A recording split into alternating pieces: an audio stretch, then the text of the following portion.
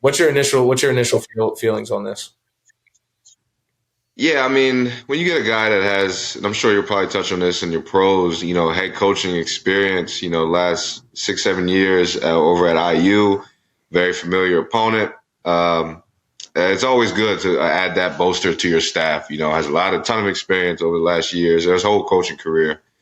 And then on the defensive end, I'm not sure if it wowed me, outside of the experience factor.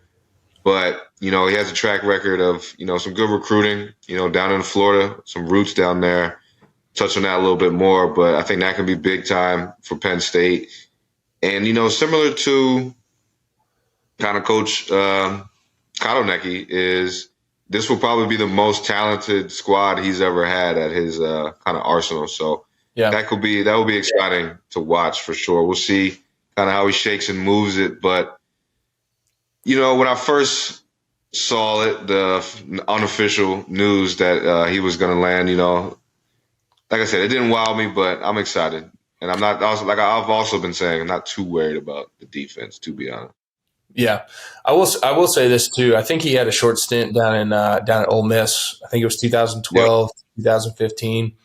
And if you remember correctly, our class, like the 2013 recruiting class at Ole Miss, was like the number one recruiting class in the country. Yeah. They got Laquan Treadwell, like you start Laramie Tunzel, like you start rattling off the names. They got some guys down there, so he did have some talent when he was down at Ole Miss. And I'd probably be more curious to do a little bit of an in-depth study comparing like to like with that roster to our roster than maybe an Indiana roster, because to your point, in my eyes, it's about the Jimmies and Joes, and especially on defense now, right? Like you can do so much. You can come in and say, I'm a base 4-3 defense, but like if you got the right guys who can move around and adjust an alignment here or there and still be gap sound, like you can present so many different things from like an angle standpoint in the run game that the offense then has to think about, just because you got athletes. And then that opens up the arsenal to what else you can do, what else you can disguise with it, what type of pressures you can disguise with it, because it doesn't, A plus B doesn't always equal C, because again, Right. guys get to things. So I think that's going to be unique and obviously a great thing. But to kind of touch on what you said, I'll highlight the pros first on my end. Linebacker coach background, right? We if you saw that we were having some issues as well in terms of like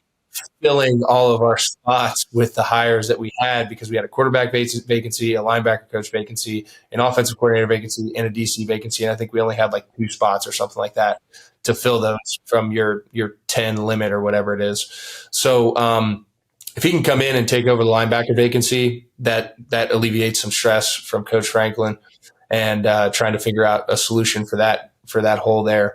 2, obvious intensity, and you saw that the players played for him. Post game interviews, everything. Like I thought he brought a great sideline intensity. So there were some conversations and some questions in the mailbag that we'll get to, just surrounding something we've talked about in terms of like projecting your attitude into your room and projecting your attitude into your players and how they play for you.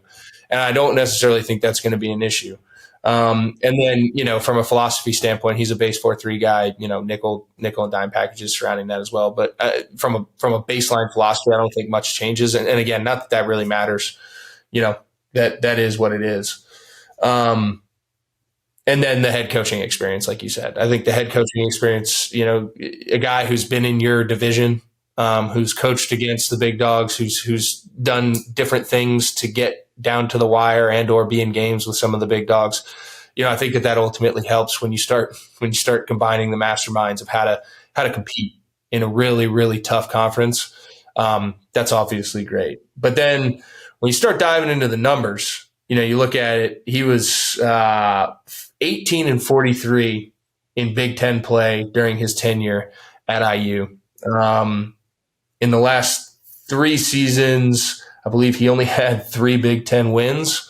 And then his defenses, with the exception of 2020, where I think they ranked 4th in the conference, but again, that was a shortened COVID year, pretty much were bottom half of the conference when it came to total defense. So that could be in part to, again, the Jimmies and Joes like we talk about. And I kind of want to lean more towards that being the answer, and why my my initial take is I think the pros outweigh the cons in terms of the value add that he brings from a coaching tenure standpoint. Now you have to start seeing, are there sticking points within the rooms that they buy into this guy immediately? And then can you come in and, you got spring ball, you got training camp, you got summer training camp to really start establishing yourself and your mentality and your philosophy coming into it. So I know that was a mouthful, but you got anything off of those points? No, yeah, a few things. I mean, first touching on, it's kind of interesting. Well, like you said, the buy-in factor.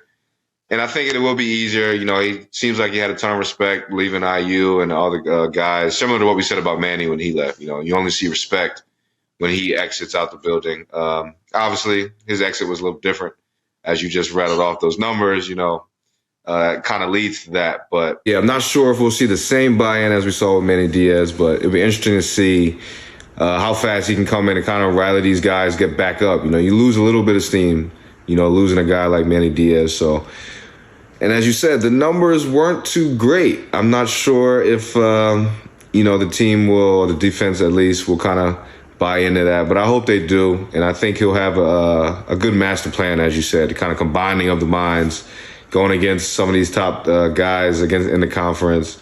Him and Coach Franklin, I'm sure they can rattle off, many things, what they've seen over the years, and finally kind of, knock the king, queens off of the board, that we've been trying to for so long. I got to call it what it is. So I'm excited to see what he can do. I'm excited to see, well, I guess it's not official yet, but if he gets in there, in his bowl prep, will we see any influence as we see Coach Kononecki on the sidelines of practice or walking the field. He's got his shorts on in the cold. I respect it, So we'll see if he can kind of get his imprint on this team as early as you can, because as we know, that bodes well. Yeah, I think just getting some familiarity. And like the one thing I want to touch on, because it did come up in the mailbag, was just people talk about like comparing, right? And you're comparing and contrasting, and you're saying like, this guy if you're as a Penn State fan sitting there saying like, is he going to be like, he's not going to be like Manny Diaz. Like no matter how hard you want to try to beat the square peg into a round hole with that, like it's not going to happen, just as Brent Pry wasn't Bob Shoop, and just as Manny wasn't Brent, and you kind of go down that line. Like they're not the same people, and they're not going to be. There's going to be different tendencies, and I touched on that on the last episode. Like I would call a game differently than you would, and you rattle off like that's just you can't fall in that trap. But what you can fall into is kind of the expectations and what they bring, and then you're obviously you can only judge Coach Allen off of what he's done up until this point and kind of his philosophy. And I think maybe part of that may be skewed, right? If he is as aggressive as Manny was, with a little bit of a less talented roster, and kind of trying to create and manufacture short fields and create some chaos, you will get burned a couple times. You know what I'm saying? Like it's not like it's a little bit harder to be a high risk, high reward defense when the foundation in terms of athletes isn't there. You know what I'm saying? Like you're going to get yours, but you're going to get got more times than you get yours if you're going to be a high risk, high reward defense with average to below average talent. Now, when you start adding above average talent, if not elite talent, and you're a high risk, high reward defense, and you can coach those guys to be fundamentally sound when you need to, and understand when risks are being taken and why, and how to capitalize and be sound all the way around from the whole mechanism.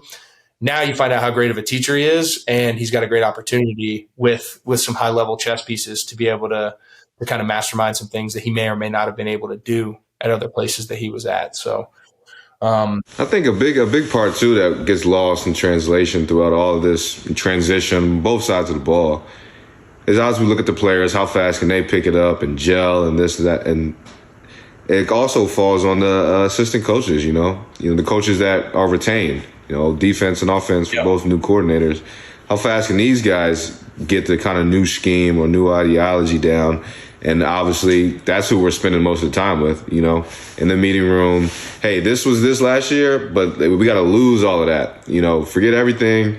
Well, don't forget everything, but forget everything that we're telling you to forget, and retain some knowledge that can help you, transfer over to these concepts that we're doing, these new concepts that we're doing now. especially for defense, you know, depending on, as you said, the aggressiveness and all of that, I don't think it will change much. Like you said, it's going to be different. It's going to be different. But how fast can you get the new terms down? But you also got to retain and keep some of that, you know, keep some of those concepts that, hey, this is what we called it last year. It's really the same thing. We're calling it something different now, and we're going to run it and hopefully run it just as smooth as we were last year when we were top defense. So I believe in the staff. I mean, you bring up a good point, though, with the defensive staff, right? Or just like the assistant coaches in general. There's been a lot of turnover on the offensive side, not just at the offensive coordinator position, but, you know, tight ends coach, offensive line coaches. I think they've been through 3 or 4 offensive line coaches since we were there. Like, you start looking at all that, like that adds, you kind of get lost in that long game of telephone when you have a bunch of turnover at the position coaching level as well, not just the coordinator level. And when you look at the defensive side of the ball, there's been relatively good consistency top to bottom. Even a guy like Dion, he played here and he played here under the Franklin tenure. So, Coach Smith's been there the entire time. Dex has been here now for 3 or 4 years. So you start looking at the folks that have come in and are on that side of the ball. I think it's a lot easier for them to be able to understand the roster top to bottom, understand the kids you have, and be able to communicate and teach to them. And then B, when you're talking about messaging from the top down, the top being the coordinator, it's a lot easier to be on the same page when you have a bunch of folks who've been through the changes and who also have familiarity working with one another. So to me, the defensive side of the ball has a leg up more so than even on the offensive side of the ball with that, which I think is a great point that you brought up. Yeah, for sure. And like we said, looking forward to the hire when it becomes official. Hopefully it does, just to get some consistency going. But defense will be just fine. And hopefully you got to keep that. We talk about it all the time. There's a standard to a Penn State defense. Not that there's not with the offense, but like in history of college football, there's a standard that, you know, you got to bring it on that side of the ball. So